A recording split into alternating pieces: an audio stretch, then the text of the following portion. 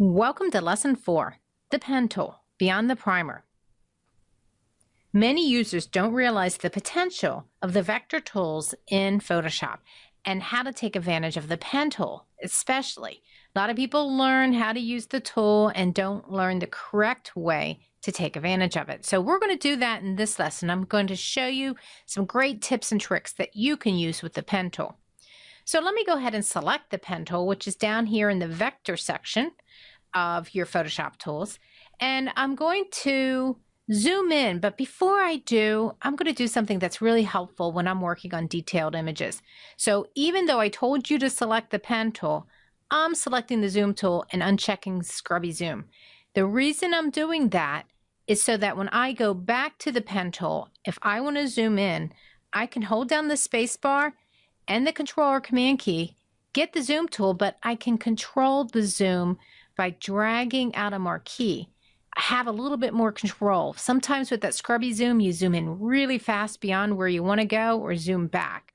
So I've got this zoomed in, and I first of all want to explain that when you use the pen tool, before you create a path, you've got this little asterisk, and when you start clicking, you're connecting from point to point, or click and drag, you're creating a directional line. What a lot of people get confused by are these directional lines and how they are used. If I go down to the path selection tool, you'll see that I also have a direct selection tool, which allows me to reactivate these directional lines and control my curve. They are not visible. What is visible or what makes the mask or the selection is actually this path only. Now I'm pressing delete to get rid of that, and I'm going back to my pen tool. I am clicking in the lower left-hand corner of the shape, and you'll notice that I'm going up to where there's an arch. So I'm going to click where it's no longer going straight, and then before I make this next point, I want you to notice something, and this is where I see most people make mistakes. Instead of going like this and this and this to make this really horrible curve with lots of handles, I'm going to do this a little differently. So I'm pressing Control or Command Z, and then I'm adding the Alt or Option key to undo multiple times. And this time I'm going to click and drag up, and I'm going up slightly higher than that arch is that you see. And then I'm going way over to the other side and clicking and drag down. It offers me the ability to create a really great arch. If it's not perfect, don't worry about it, because we'll edit it when we're done. Now here's the interesting thing. I haven't let go of this yet. And so if you already did, you might want to undo and then click and drag again and come back over, because I don't want you to let go. I want you to keep hanging on to that and then hold down the Option or Alt key and swing up that handle. That changes that from a curved directional line to a corner one. And then I can just hold down my space bar to get the hand tool, push this over a bit, click and drag down to get that arch, hold down the Alt or Option, swing it back up, space bar, click and drag down, hold down Alt or Option again. So you notice after I hold down the Alt or Option key, I let go of it so that I can continue moving on. So I'm not holding down the Alt or Option key now, clicking and dragging down. I hold it down temporarily, Alt or Option, slide it up, and then I let go. Come over to the end and click and drag. Again, not worrying about it being perfect. I'll fix it later. But now I've got this little direction line going over here, which means if I try to go straight, I'm probably going to get a curve. So I'm going to undo that, Control or Command Z, and I'm going to hold down my Alt or Option key and just click on that guy to make sure that I now have a corner point. And then I'm going to Shift click down here to give me a perfect straight line. I'm holding down the space bar, pushing over, holding down the Shift key, and clicking on this point. So it wasn't perfect, but that's not a big deal. I go to my direct selection tool. I make sure that's the only point selected, and I can just fix that there. I can reactivate any of these points and then fix those arches any way I want, independently or together, until I have a really good selection. And I'm stating selection because that's how the paths are generally used in Photoshop. They're to make really good, clean silhouettes and selections of things that you can't use other techniques to select. Now, in here, I'm going to go down and do this the opposite way. I do have a closed shape up above because I did come around to the end. If you click on the pen tool and position your cursor out here and don't see an asterisk, that means you didn't close your shape above. You can get around that by simply deactivating it and holding down your Control or Command key right here to get your selection tool temporarily and then just click off. This time I'm going to click in the corner, Shift click, and then for this curve here, I need to follow the curve again. So I click and I drag down. Go to the other side, click and drag up. Now, in the book, I suggest pulling out a guide, which is really a great idea. And in fact, I'll do that right now. I'm going to press Control or Command R, and I'll pull out a guide so that I know that I'm putting these at the same spot. But the great thing is I can still go back to my pen tool. So I hold down my Alt or Option key, and I swing this back down again. And then go up to where the guide is and click and drag up. Now this is definitely going to be fixed when I'm done, and that's fine. I hold down the space bar, hold down the Alt or Option key and swing this down. I can even do what I did on the first exercise, and that's click and drag this up. Don't let go, hold down the Alt or Option key and swing it back down without ever letting go. Click and drag up, Alt or Option, swing back down. So this arch is a little bit wider. You might have a more difficult time selecting this. Now I'm going to hold down my Alt or Option key, click that last point, Shift click, and then come over here to the starting point. I see the circle and Shift click.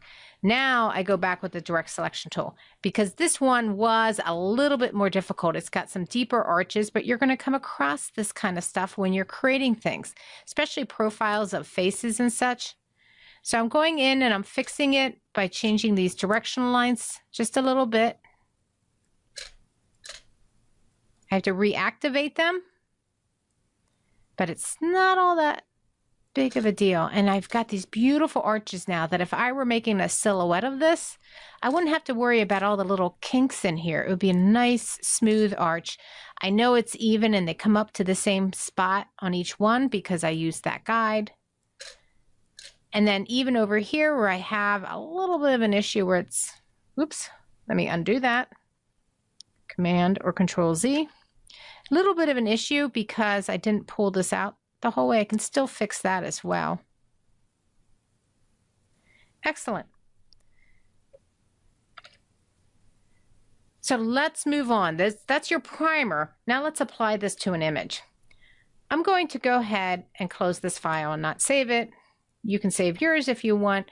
I'm selecting Browse and Bridge, and I'm opening up the image of the gumball machine. And since I unchecked Scrubby Zoom, I can hold down the space bar and also the Control or Command key and zoom in a little bit more here. And actually, I want to zoom in really close because I'm going to start this right here on the arch. So I'm taking the pen tool and I want to make a good selection of this gumball machine. So you can see that I'm coming in and building this arch. And I want you to follow as I do this. You'll notice that I'm not doing this. That when I'm taking my directional line, it's actually following the path. You can always go back and edit it, but it's a lot easier if you just kind of go with the flow. Now here I'm holding down my Alt or Option key because I'm changing the direction. I'm going to go all the way down. I'm changing direction, so I hold down my Alt or Option key, and I pretend I'm just making those arches, just like you did in the last exercise. Now I can see I'm going to have to fix this a little bit. That's fine. In fact, I can hold down my Command or Control key at any time and fix things even as I'm working. So I could go back and edit these, and as soon as I let go, I'm back on my pen tool again, and I can continue working. I'm using the space bar to move around. Notice again, staying really smooth with the edge of the object. I am not going in and doing any weird stuff with these direction lines. It is following this object really nicely and easily. And it's kind of relaxing, of course, if you do it right too. Holding down my Alt or Option and swinging that guy back up. And then coming up into this section, this is just a click. I can probably go all the way up to here, and then I have a little bit of a baby arch here. Follow that. Little bit of an arch here and here. And I'm going to follow this around. But you can see that if you use these directional lines correctly, that path just falls right into place. Now, one of the really great things about this, oops, I got a little bit of weirdness there. Let me undo that. And we'll click on that last point and pull that up. One of the really great things about working with a path is that even if you use it for a selection or a pretty major adjustment in Photoshop, you can go back and you can edit it, that path, and change those points and add anchor points and delete anchor points or whatever you want later. So you don't have to be really great at it making the first one. Now, what I just did was I tried to close this, and if you notice, it went wing and it totally freaked out a little bit. So I'm going to undo that. And the reason why that happened was because that very first point I clicked and dragged. So that's actually a curve point. I need to hold down my Alt or Option key and click on that last point to close it without totally bothering it. Now I'll go back with my direct selection tool and I'll just edit these points and fix them a little bit. Now you'll notice this too, it's selecting the whole thing. I'm going to press Control or Command Z. I'm going to click off and make sure I'm only selecting a point. And you can see that the point that's selected is actually black and the rest are white. And I can see I've got a little bit of an issue here with a curve that isn't all that great. Using my space bar to move around. Looks pretty good. I'm going to go with that now as it is. And I'm going over to my Layers panel and I'm going to click on Add a Mask. Nothing happens, but if I click again, I can add a vector mask. And when I add the vector mask, that still gives me the opportunity to edit my mask. So I've made a silhouette out of this, but maybe I've discovered that isn't exactly the look I want. In fact, maybe when I zoom in, I discover I really messed that up. But notice how easy it is to fix. I can even decide I don't want that point, and you'll notice if I take the pen tool and I cross over an existing point, it deletes the existing point. And if I click where there is no point, it adds one. So you don't even need those other tools in there. And then you can take your selection tool and fix that a little bit. And again, no worries when you have something really crazy happen with that, because you can continue to edit it. And I can see that when I was fooling around in here, I actually added some extra anchor points. So let me go ahead and just get rid of that. There we go. And then just edit this. Boy, going in to show you how to work on that one section has really messed me up, huh? But this is good. It shows you how you can adjust these things as well. So I can even go back and hold down the Alt or Option key while I'm on the pen tool and even change the corners again. That's the convert point. So I can fix anything that I just totally whacked out when I was showing you this stuff. Here's the other wonderful thing. I'm going to press Control or Command 0. You'll notice that it made the silhouette.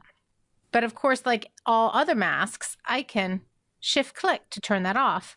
Or I can even select the middle one, take something like the gradient tool and decide that I want a silhouette that fades, and just click and drag right across it. And you'll see that now I have two masks applied to this one image. So in this lesson, you discovered how to take advantage of the pen tool.